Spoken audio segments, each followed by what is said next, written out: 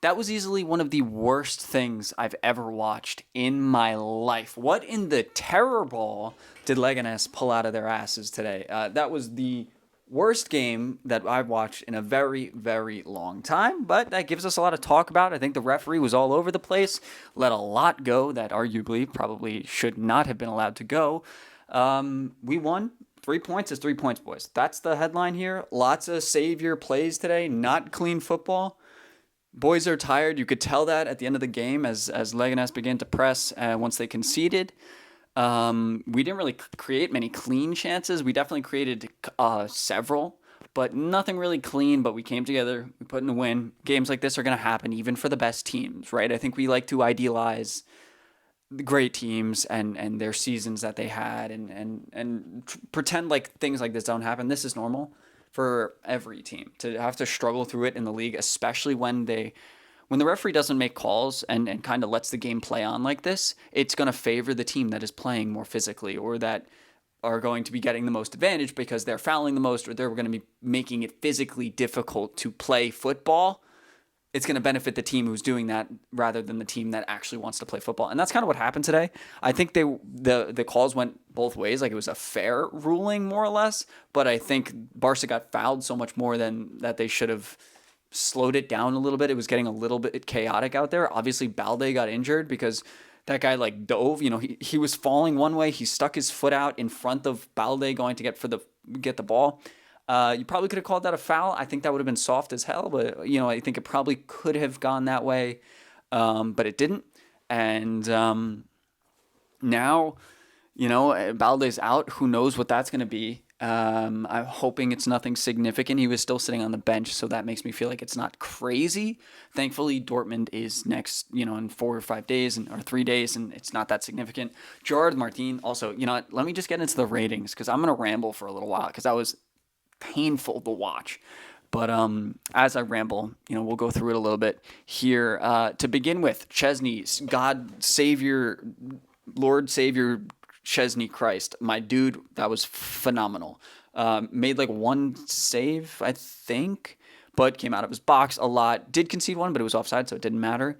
And it ended up being a fantastic save. He didn't, it wasn't the greatest finish, but there was a lot of pace on the ball. He did what he had to do, stuck his hand right there, and he came out of the box. My goat, 8.5. Maybe you could probably argue him for man of the match. Clean on the ball, did his thing, as did the back line. Now, the back line setup was interesting here because they showed up with Balde and Araujo, as well as Inigo and Kunde, but then Balde went out relatively early. They brought in Martin, who I think replaced him pretty well. Balde didn't really do a ton. There was a little bit of progression and support that he offered that I could tell we missed when Martin came on. He's just not as threatening by any stretch of the imagination. And my God, some of the close passing, it was just off with this guy.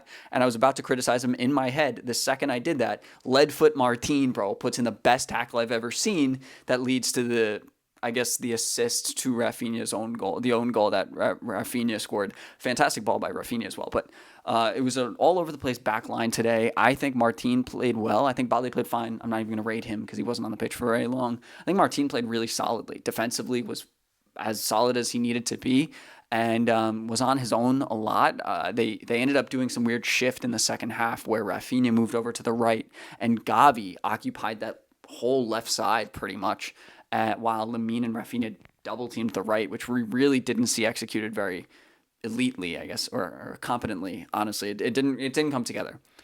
But Martin had a lot to do, and I think he did it well. 7.5 is fair for that tackle alone. Then Inigo Martinez, you could also argue for the man of the match. My boy put in one of the greatest tackles I've ever seen right at the end of the match, like Maldini edit tier of a tackle. I think he was pretty solid throughout the rest of the game. Kind of helped lead the line a little bit in a game that was confusing, right? We had Araujo at the start, who I think positionally was a little weird at times, but made a couple good tackles. He's just a magnet. He blocks everything, and he was doing the same thing, but he was also spraying balls all over the place a couple times, and I think that's part of the reason they took him out. I think when Hansi brought Frankie on in the second half, we struggled to really control the ball at all. And by bringing on Frankie, you do that. And by moving Garcia in for Araujo or back for Araujo, you maintain Garcia's, skill on the ball, and yes, you might lose some defensive ability, but I think Eric Garcia had a solid game as well. I think Araujo was solid though overall, probably a seven for both of them. Not outrageous from Garcia, except for that one pass that he made while he was still in the midfield. He chipped it over the back line to Fermin, who ended up being offside and missed the chance anyway. My boy Fermin missed chances today too, a lot, but we'll get into that as we go. And Koundé, I thought he had a pretty solid game defensively, and going forward was fine, not great, but I think you could say that about most of the team, pretty much, except maybe Fermin and Rafinha, honestly, and Lamine, and Lewandowski. I thought, all right. Before I get off track here, a solid sevens, I think, all around, except for a 7.5 for Inigo, maybe an 8 for Inigo for that one tackle. He probably could get the man of the match as well. Honestly, you could argue that, and honestly, I think I would give it to him too, for how that went. But in the middle, we saw Pedri and Fermin go together there in the second half once Frankie came in. Then that changed our ability on the ball. But Pedri had a lot to do. You could tell. I feel like he was gassed a little bit in the second half. Our press weakened a lot, even though Gavi came on, and I think he provided a lot going forward. We suffered with our second line of the press, and I think it was because Pedri is just tired. Frankie is not that great of a presser either, but he did some great leadership stuff today. Pedri was solid on the ball though. Helps keep the ball, put in a couple of good passes as well. I think a solid 7.5 as well, solid 8. Frankie though, I feel like he really showed us some leadership today. He was fighting for his teammates, arguing with Munir, however you pronounce it, and a couple of the other guys, because it was getting a little heated at the end. You saw the coach for Leganés really getting after it. Every time one call didn't go his way in any way, like all the handball calls, even though Inigo Martinez's hand literally could not have been in more of a normal position, they were just complaining every second, and it didn't matter, right? But the energy was not very high. Obviously, it's Madrid. They don't have the best relationship with Catalans, so there's going to be intensity there, even if it's not Real Madrid, and there was. But I think Frankie and Pedri's solid performances overall, 7.5. We saw Frankie take a little bit more responsibility when he had the majority of the energy too in that midfield in the second half as well. For me, man, missed a couple chances again. Pulled a shot wide that he did incredibly well to get into the position of. It might have been a foul. Homie does kind of jump into his foot, but his boot is kind of high from Fermin, but great dribbling work. Was almost really good again, just not there. I think that's the story of today, is not having that final ball link up together very well and be clean enough in that final third. I think that also you can give a lot of credit to Leganés, making it difficult to find Lewandowski, who filled space very well as well. But I think a solid 7.5, 7 for Fermin, maybe a 7. But then the forwards, it's a similar story where I think everybody played okay. I think Leganés defended well. Rafinha's pass to Lewandowski that created that own goal was fantastic. He deserves a ton of credit for that. It was so clean and very well done in a situation that was getting a little hairy. It was getting a little anxious, and great pass. He put another one in there for a header from Lewandowski that Lewandowski put wide, but. Great ball, and Rafinha deserves that. That was a great ball that puts a lot of pressure on the defender, and Lewandowski's probably going to put that in if the defender doesn't get a touch on it. That's what happens. Good own goal, I guess you could say, and then probably an 8 for Rafinha. I'd probably share the man of the match between Rafinha, Inigo, and Chesney. I think they were all really solid, And Rafinha did dive a little bit today, which I didn't love. But, oh, my God, dude, the diving from Leganés today was out of this world. Like out of this world, dude. The number 10, Baba or whatever, his Raba, was on the floor for an hour and a half for an air tackle. There were a couple of air tackles. There was one where one of the midfielders dove in the box in the first half. That's the clearest yellow card I've ever seen. Air tackle. It was wild. But, whatever. They don't punish those anymore. Whether, Rafinha had a couple air tackle dives too. But I think it was a good performance from him in a very difficult circumstance. Lewandowski, I thought he was good too. The team just had a difficult time finding him, and he unfortunately missed the probably one good header chance that he got. I think a 7 is still fair, maybe a 6.5, because I don't know if he influenced the game that much. otherwise, but he was able to, create space from the man covering him, the man who was tight to him, and get the ball out to Lamine or Rafinha a couple times. So it looked pretty good. And then Lamine I thought was really good. Lamine was getting bombarded every second, bro. Like, dude, he had no space to operate. And I thought he did a really good job, put a couple of good shots on goal. It was just really hard today. Leganés is a painful-ass team to play against. It is for every team. It was a terror ball for sure. Diego Simeone would have been proud of this Madrid side. But we figured it out, and that's the important part.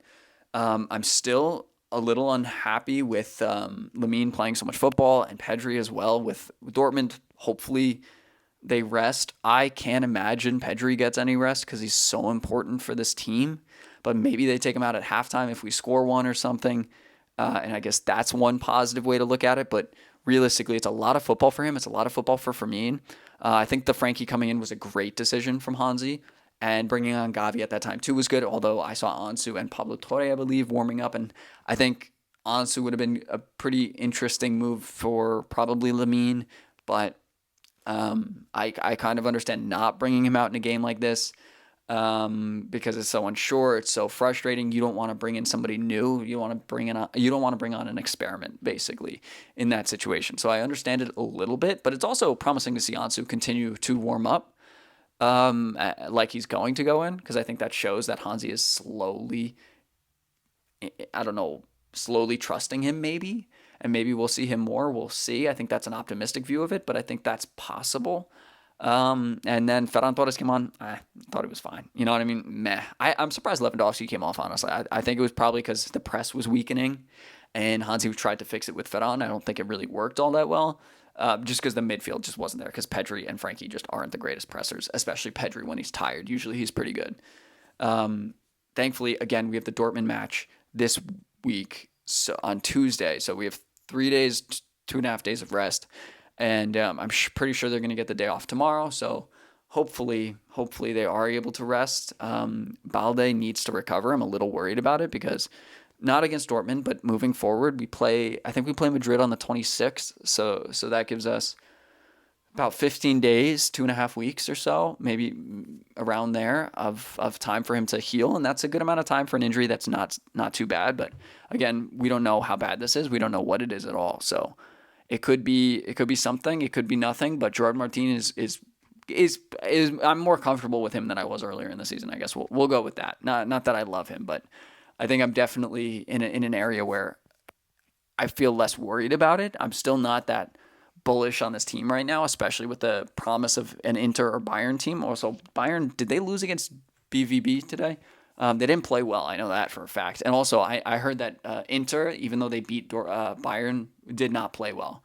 Bayern missed a lot of chances. And so I think that's promising for the next stage, knowing that, yes, we hear a lot of talk about this Inter Milan team. I don't think they are nearly at the level that people are making it out to be, because I don't think people are watching them. I'm not watching them. And I think a lot of people are listening to Stunt Peg, basically, and seeing pundits talk about them online like they're great, but really their defensive record's worse than Barcelona's this season, at least in 2025. Maybe not the full season, but it's not that much different. And Barcelona's defensive record isn't good or isn't great. I guess we'll say it's been better.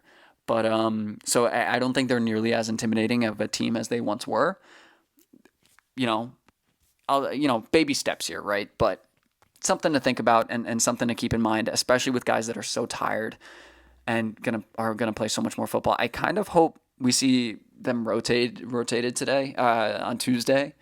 Hopefully Pedri. I don't think Lamine Yamal, but maybe Pedri. Gavi played pretty well today. He's looked pretty good in that number 8. Maybe, though I don't expect it. And also, I do want to keep in mind, too, I was thinking about this. Kubarsi came in, and I feel like the team looked automatically better when Kubarsi came in. It slowed down, again, as that press, I feel like, got weaker, and Leganés were throwing everybody forward and just booting it forward. It was a little wild and a little hard for this energy-ridden Barcelona side to handle. I think they were able to handle it, though. And Kubarsi looked very clean when he came on. And we very clearly missed him throughout this game. I think having that competence on the ball is unrivaled, not to mention his defensive qualities, which I think are incredibly underrated.